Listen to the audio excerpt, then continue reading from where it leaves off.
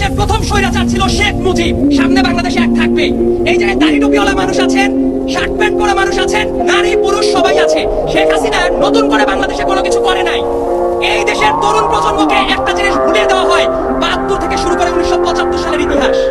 এবং খুবই স্পষ্ট ভাষায় বলতে গেলে এই বাংলাদেশের প্রথম স্বৈরাচার ছিল শেখ মুজিব। এই কথাটা বলতে অনেকে দ্বিধান্বিত হয়ে পড়ে এখনো। ভোট চুরি বাংলাদেশের শেখ হাসিনা প্রথম করে নাই। ১৯৭৩ সালে ৭ মার্চ ইলেকশনে ভোট চুরি হয়।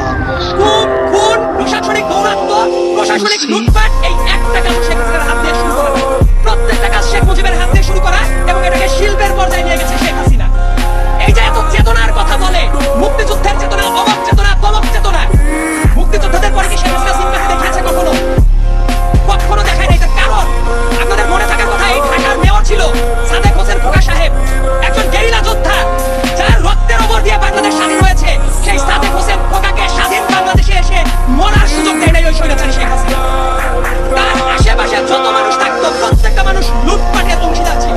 এবং যত ব্যবসায়ী, যত সংবাদ মাধ্যমের যারা কর্মী ছিল, যত আদালত, একটা ব্যাপার নিয়ে কথা বলতে খুবই আক্ষেপ হয়। আমি আইনের ছাত্র, যে মঞ্চে দাঁড়িয়ে আমরা কথা বলছি, আমাদের হাতের বাম সাইডে যে আদালতটা আছে, বাংলাদেশের ভেতরে পবিত্রতম জায়গা হিসেবে চিন্তা করা যেত।